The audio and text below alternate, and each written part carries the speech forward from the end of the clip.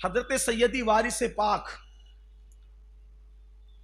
आलम पना हजरत वारिस पाक सैयद वारिस अली शाह रहमतुल्लाह ताला अलैह कादरी, वो किसी के पीछे नमाज नहीं पढ़ते थे जल्दी से। तो लोगों ने फितना बपा किया कि ये नमाज ही नहीं पढ़ते। वो पढ़ते थे नमाज लेकिन किसी के पीछे नहीं पढ़ते थे, यानी किसी की इक्तिदा नहीं करते थे, खुद पढ़ाते भी नहीं थे और किसी के पीछे पढ़ते भी नहीं थे, अपने उजरे में रहते थे, नमाज पढ़ते थे। तो लोगों ने फितना किया नमाज नहीं पढ़ते। पब्लिक तो पब्लिक ही है ना, फिर उन्हें तो फितना ही चाहिए इल्ला माशाअल्लाह। तो उनके पीछे फितना लगा दी, नमाज नहीं पढ़ते, नमाज नहीं पढ़ते। वारिस पाक को लोगों ने कहा कि नमाज नहीं पढ़ते, मैं तो पढ़ता हूँ। कौन कहता नहीं पढ़ते? कहा आपको किसी के पीछे नहीं पढ़ते तो लोग कहते नहीं पढ़ते। कहा चलो ठीक है भाई, अगर आप पढ़वाना ही चाहते हो तो चलो ले चलो, कहाँ चलते हैं। तो एक इमाम साहब के पीछे ले जाकर खड़ा किया। इमाम साहब ने कहा अल्लाहु अकबर, इन्होंने भी कहा अल्लाहु अकबर। तो सरकार वारिस पाक नमाज तो पढ़ ली। जब नमाज हो गई वो फरमाया इमाम साहब बहुत थकाया आपने। वो असल में पूर्वी भाषा बोलते थे, बहुत थकाया इमाम साहब, बहुत थकाया। सुना सुना इमाम साहब बहुत थकाया। हाँ, ऐसी उनकी आदत थी, उनका लहजा ये था, बहुत थकाया। तो इमाम साहब ने, अब इमाम साहब की इज्जत पे किसी की भी, इमाम क्या किसी की भी इज्जत पे बन आएगी तो आदमी तो दाएं बाएं करेगा ना। कहा हजरत क्या हुआ, क्या गुस्ताखी हो गई? कहा इमाम साहब मैं बूढ़ा आदमी, नमाज में अल्लाह अकबर का आपके पीछे हो गया, अब जिधर इमाम उधर मुक्तदी। तो आप तो पहले चले गए सीधा किराना दुकान वाले के पास, आपके पीछे पीछे मुझे भी जाना पड़ा। फिर आप जो है वो घोड़े को चारा लाने के लिए चले गए तो फिर आपके पीछे पीछे मुझे भी जाना पड़ा। फिर आप दूध लाने भी गए तो मुझे फिर आपके पीछे, एक बूढ़े आदमी को चंद रिकत नमाज में कहां कहां लेकर के घूमते रहे हजरत, मैं थक गए आपके पीछे, इसीलिए मैं पीछे नमाज नहीं पढ़ता। तो फिर उसके बाद लोगों ने कहा वारिस पाक से, वारिस अली जब तुम किसी के पीछे नहीं पढ़ते किसी के पीछे तो पढ़ोगे। तो वारिस पाक ने फरमाया अली हुसैन अशरफी जैसा इमाम ला कर दो, मैं उसके पीछे जमात के साथ नमाज पढ़ूंगा। अगर इमाम हो तो अली हुसैन अशरफी मियाँ जैसा, शेखुल मशाइख सैयदी आला हजरत अशरफी मियाँ जैसा इमाम लाकर उनके पीछे नमाज पढ़ो। तो अब हम लोग लेकिन ये नहीं कर सकते, वरना पता चला मेंढकियों को भी जुकाम हो जाता है। चलो अब हम भी किसी के पीछे नहीं पड़ेंगे, तो आप भी तो वारिस पाक बने ना। अपना तो वजू भी दुरुस्त नहीं है तो फिर वारिस।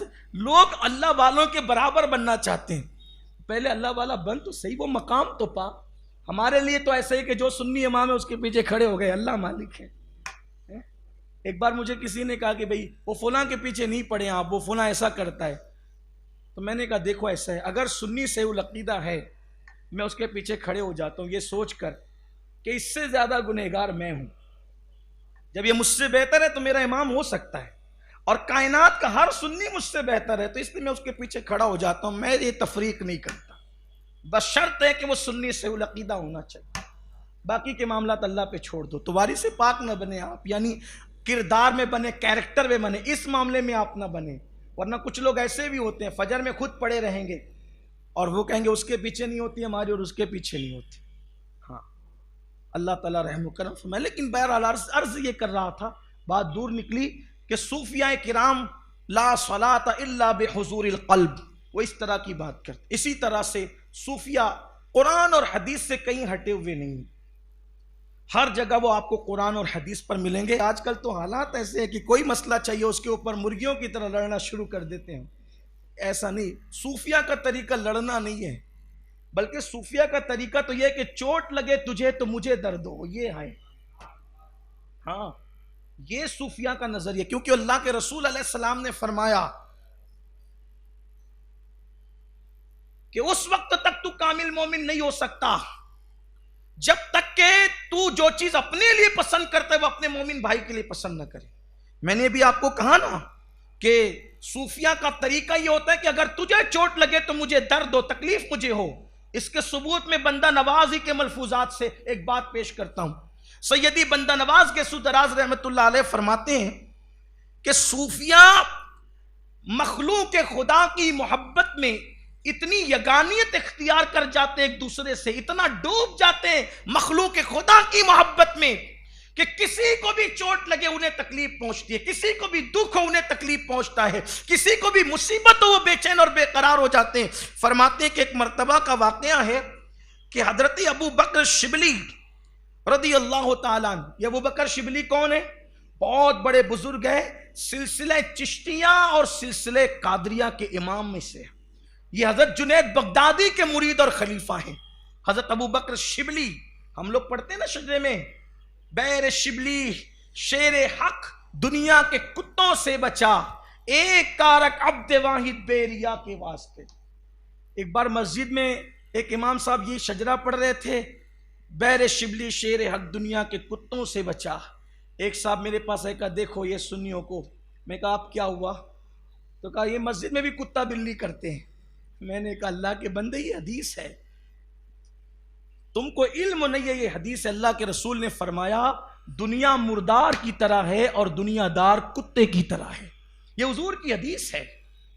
तो वो जो दुनिया में डूब कर अल्लाह को भूल गया है, मौलाना दुआ कर रहे हैं ए अल्लाह अबू बकर शिबली के सदके में वो जो दुनियादारों को हुजूर ने कुत्ता कहा, उन कुत्तों से हमें महफूज रख।